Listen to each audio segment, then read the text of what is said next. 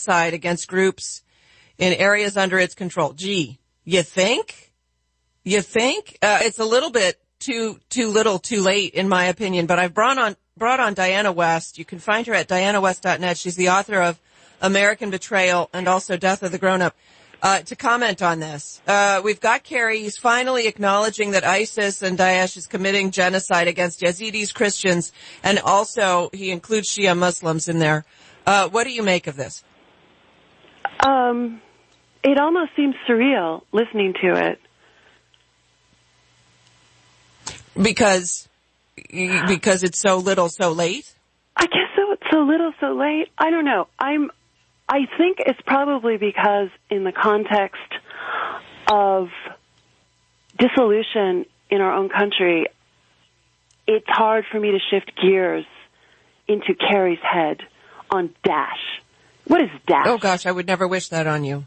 No, yeah, exactly. Daesh. But in terms of dealing with Islam, I mean, it seems like to have a Secretary of State so blinkered is part of America's crisis in terms of Daesh or Islamic State. I mean, we're looking at a movement of Islam that must be understood globally. Yes, this depraved genocidal attack on Yazidis, other groups by Daesh in the sector of the Islamic Dar al-Harb is going on. It's not to say it's not, but to pinpoint, to look at the world in such a blinkered fashion is part of our morass, our crisis. Islam is an issue just as much with Daesh and the Yazidis in Syria as it is in the Netherlands, where Geert Wilders is on trial for speaking his mind to his political supporters about mass immigration of Muslims into the Netherlands. When he told his supporters last year, do you want more Moroccans or less Moroccans, he was indicted by the state for hate speech.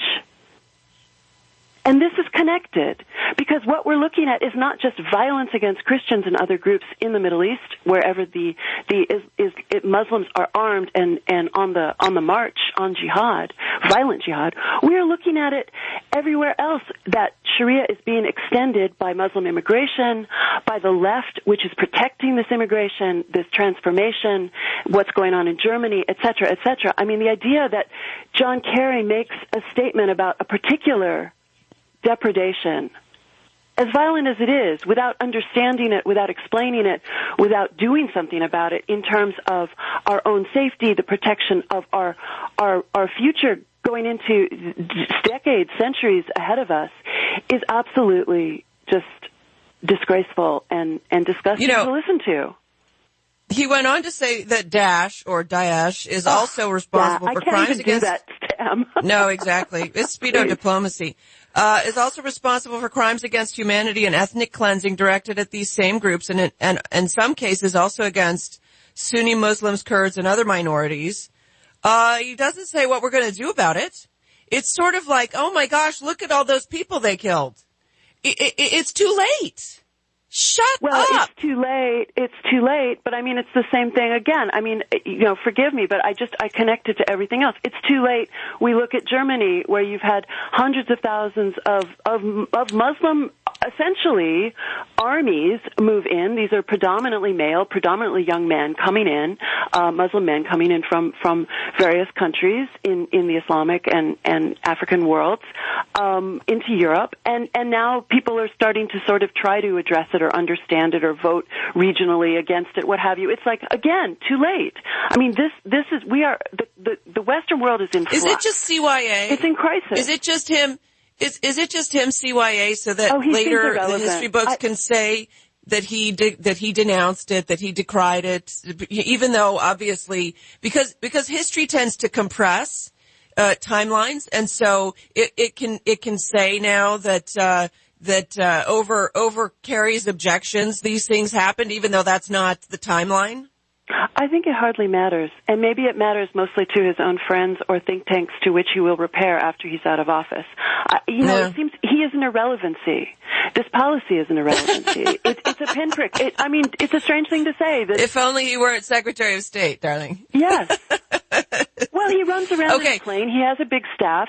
All of these things are true, but it's absolutely irrelevant to what is going on in the world today, including the United States of America. It's irrelevant. So, and to your point, what's fascinating to me is the state of Michigan and also other states, the Muslim ban that Trump, what's the word I'm looking for? Proposed. The ban on promises. Right? I'm sorry? It's 6 out of 10 Republicans in the state favored the temporary ban on Muslim visitors. Yes. And in South also, Carolina, in Mississippi, 7 out of 10. Yeah. So it's not that other people don't. Yeah. Okay, go ahead. Well, of course they do, because people are not stupid. I mean, they've been suppressed and betrayed by leadership across the spectrum for years, but they understand, looking at what happens when an Islamic demographic sweeps into a non-Islamic country or culture, that liberty goes, that constitutional liberties go, that it is not possible to function as one has traditionally functioned. And so they see this as a means of protecting the Constitution, protecting the country, protecting their children, protecting their future. This is revolutionary because, look, Donald Trump remains the outlier on this particular signal policy. I mean, it's the most obvious way of defending liberty. It does not involve planes, budgets, men being killed. It is just common sense in terms of taking control of your immigration policy so that your country prospers and very importantly, continues to exist. And we have enough evidence of this looking across the Middle East, which Sam obviously was not Islamic at one time, many centuries ago. I mean, it has been Islamized, going back to the very beginnings of the Islamic breakout of Saudi Arabia, over 1,000 years ago. You know what? But that's not a fair criticism, because it was Christian first because Islam didn't exist. Yes, and then Islam existed and took over, and ethnically cleansed and converted and destroyed the peoples and cultures. Literally destroyed, very much like the Taliban destroyed the Buddhas of the Bamiyan 10-some years ago, which I didn't quite get at the time. What's that? What's that about? This is about the eradication of pre-Islamic cultures that comes with Islamic conquest. So this is why you can look at the Middle East and not see the scores of minority groups that used to flourish and have civilizations, leading Judaism, Christianity, of course. But this is what's going on in Europe, eradication of culture, and this is what people are saying, hey, I'd like a ban on Muslim immigration. It's actually a very peaceful way of dealing with a very huge civilizational crisis, and this is, I think probably a key to the success of Donald Trump, given that he's the only candidate to espouse such a policy. Yeah, and you bring up a really great point, because it's against the eradication of a certain culture, in this case our culture, and it's extraordinarily peaceful. You know what? We're just going to not have them come here. And yet the photo that was one of the photos that's up on one of these articles up on Breitbart shows a bunch of protesters. Israel, no right to exist. Of course. Boycott apartheid Israel. So yeah, it's in. Okay, Diana West, thank you so much for coming on. Up next is